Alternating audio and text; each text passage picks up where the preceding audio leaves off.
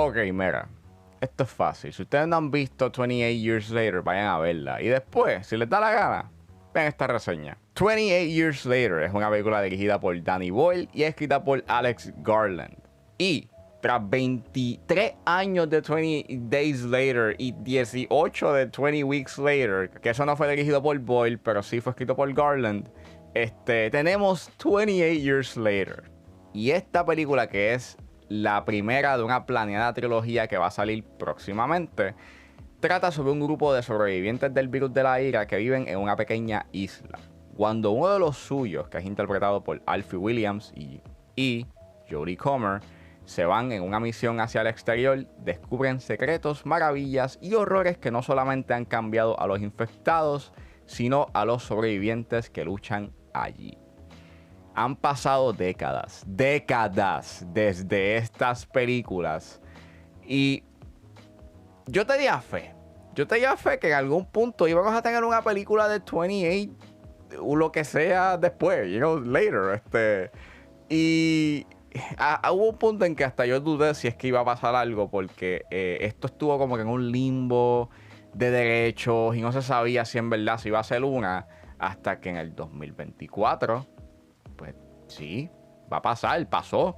O sea, las estrellas, los astros se alinearon después de todos los años que Boyle y Garland decían, no, teníamos planes y tenemos ideas y estamos como que pues viendo a ver si se da algo, y que se haya dado por fin y que haya salido esto. Es un triunfo. Es una película que la he visto 2 veces, porque la primera yo sentí que yo no pude como que agarrar todo lo que a nivel temático me estaba tirando esta película, y por la euforia, porque vuelvo, yo crecí viendo 28 Days Later y Weeks Later, y ver esto, o sea, fue hasta surreal. Fue algo como que hasta yo no podía creer lo que estaba viendo, pero pues lo vi 2 veces. Es una película que lo más que se me ha quedado conmigo es la manera en cómo presenta este mundo que ya ha perdido la ética y la moral, en donde ya se ha convertido en una vaga memoria de lo que fue una vez una sociedad, de ley y orden. Y es un filme que, a través de su estilo errático, pues nos presenta eso, un mundo en donde la memoria de una sociedad que era antes, o cómo se comportaba antes, se ha desaparecido por completo, y queda lidiar con los hilos. O sea, aquí tiene gente que todavía está tratando de agarrar esos hilos de orden, y es algo como... Y es una lucha, es literalmente una lucha a no caer a la corrupción moral y ética. Y es hermoso, es visceral, es crudo, es... ¿Qué no es esta película? En verdad es algo que me resulta impresionante, como Boyle y Garland, pero especialmente Boyle, él decide irse por esta tangente que él en sus cines recientes, o en sus películas recientes, él ha estado explorando este aspecto de jugar mucho con la edición, en donde la edición se convierte como en un juego de estilo, en donde él está jugando con algo más impulsivo y más primitivo, y él empieza a jugar más con esta impulsividad y aspecto errático que dentro de un cine que se está haciendo como que un poco más clínico o clásico, o por lo menos como que más ordenado. Me parece bien interesante cómo Boyle está jugando mucho con las convenciones de lo que se puede considerar como que buena edición, porque aquí está jugando con muchos cortes rápidos, a veces juega con la regla del 180 para crear un efecto bien único. Es algo que en verdad, mientras más pienso en ello, me parece bien impresionante cómo él va jugando con el tiempo, en donde hasta un punto no existe, porque estás viendo cosas del pasado, cosas del presente, hasta uno pudiese decir cosas del futuro, en donde juega mucho con el tiempo. O sea, juega tanto con el tiempo que se convierte en algo surreal, y es como si estos personajes estuviesen como que quedados, paralizados en este purgatorio, están viviendo en el purgatorio. Y es brillante, ¿verdad? Lo que él ha hecho en 127 Hours, lo que él hizo en Steve Jobs y en T2 Trainspotting, claramente se nota de que él lo perfecciona a un punto, o por lo menos la edición de John Harris lo ha perfeccionado tanto para crear esto. Un proyecto que es bien crudo, es bien impulsivo, es primitivo, pero le cae de anillo al dedo a esta franquicia o a esta entrega. Y es caótico, en verdad. Es una edición que es sumamente caótica, pero que es tan vivo y es tan hipnotizante que es eso. Es hermoso. Y aunque sí, su edición llega a ser bastante caótica, hay momentos en los que sí llega a sabe cuándo detenerse y darte momentos en donde deja salir sus emociones a flor de piel, en donde deja que la cámara corra y tú sientas esas emociones palpables que están sintiendo los personajes. Y es bien devastador. Su estructura narrativa está siendo bastante divisiva. Yo en mi caso la encuentro bien fascinante porque es un rito de pasajes. Este coming of age, donde pues estás viendo la vida de este joven y su inocencia que está siendo pues afectada en el proceso. Y se ve que es esta encrucijada de él querer vivir un mundo en donde lo está forzando a querer ser algo que no es, o que por lo menos pues no debería de llegar a ser. Este asesino que no le importa al infectado, que solamente lo fuerzan a matar en vez de ser alguien pues dócil. Y en parte como que me recuerda un poco a lo que se da en The Tree of Life, que yo sé que es otra película, pero en The Tree of Life se da como que este aspecto entre esta lucha de la gracia y la naturaleza, en donde con la gracia tú tienes este aspecto de alguien que no vive a través del egoísmo, mientras que la manera de la naturaleza es como que más fría, más calculadora, está más atada a este aspecto de la supervivencia del individuo. Y dentro de ese aspecto de cómo está jugando con la inocencia y la supervivencia, en 28 Years Later se convierte en este disparo de salida para hablar sobre sus temas políticos, que son demasiados. O sea, obviamente hay un comentario sobre el COVID, eso es bastante obvio, pero hay una mirada bastante crítica a la naturaleza política de Londres. En este caso, el colonialismo y hasta hay algo de Brexit. O por lo menos he visto gente en las redes hablando de que hay un comentario sobre lo que ha pasado en Brexit. Y más allá de todo, también Boyle ha estado hablando en diferentes entrevistas que él ha dado. Él ha hablado sobre hasta su propio cine, porque él hizo Slumdog Millionaire y él dijo que en estos tiempos él no hubiese hecho esa película, que él hubiese dado el espacio a que un cineasta de la India hubiese hecho este filme. Que aunque sí, él se siente orgulloso de lo que él hizo, él siente de que hay una mirada turística a lo que él hizo. Y es bastante problemático porque pues no es la única película que presenta una mirada turística de las cosas. Pues me gusta ese aspecto bastante consciente de él y en parte tú puedes ver unas líneas de imperialismo y de colonialismo que se dan en esta película. Y más allá de todo, lo más que me parece bien poderoso de la cinta y dentro de la conversación del COVID es que hay una idea bien estremecedora sobre cómo nosotros hemos lidiado con esta pandemia, que hasta en parte se convierte como en una muy buena actualización a lo que él hizo en 28 Days Later, en el aspecto en que había un miedo de que en algún punto iba a pasar una pandemia o un supervirus iba a conquistar el mundo, y efectivamente pasó hace 5 años atrás. Y me parece bien estremecedor cómo Boyle y Garland presentan esa manera en cómo nosotros hemos interactuado con el COVID, en donde vemos a las víctimas que como pues básicamente hemos dejado a las víctimas en el olvido, o por lo menos se ha convertido en un número, en una estadística de un evento que pues cambió nuestra vida, o por lo menos cambió el transcurso de la historia y de nuestra manera de vivir. Pero es eso, básicamente lo vemos como algo que pasó, pero que todavía seguimos viviendo y que hay gente que todavía está viviendo esas repercusiones del virus con ese long-term COVID y no hemos hecho nada o no nos interesa, o por lo menos el gobierno tampoco le interesa dinero lo que está pasando con gente que vive con long-term COVID. Y es eso, la manera en cómo esta cita que se da en esta película sobre los infectados, en donde no tienen mente ni alma.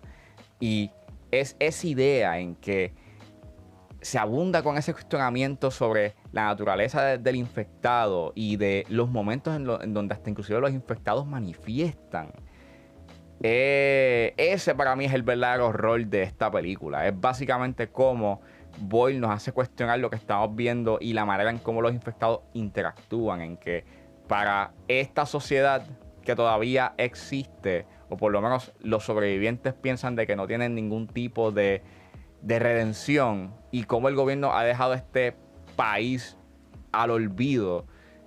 Nadie se ha preocupado por eso. Nadie se ha preocupado por los mismos infectados que en un punto en esta película manifiestan eso, humanidad.